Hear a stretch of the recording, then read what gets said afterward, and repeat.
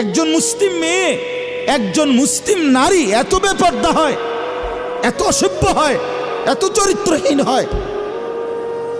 আল্লাহ বলছে, বান্দা এই পুরুষ নারী, আরে কামড়া করতেছো কি? ফাকাইফা তাত্তাকুনা ইন কাফারতুম, তোমরা যেভাবে নাফরমানি করছো সেই হাসরের দিন কেমনে বাঁচবা? কিভাবে বাঁচবা বলো না? ইয়াউমা ইয়াজআলুল বিলদানা শিবা, যেই দিনের পেরেশানি,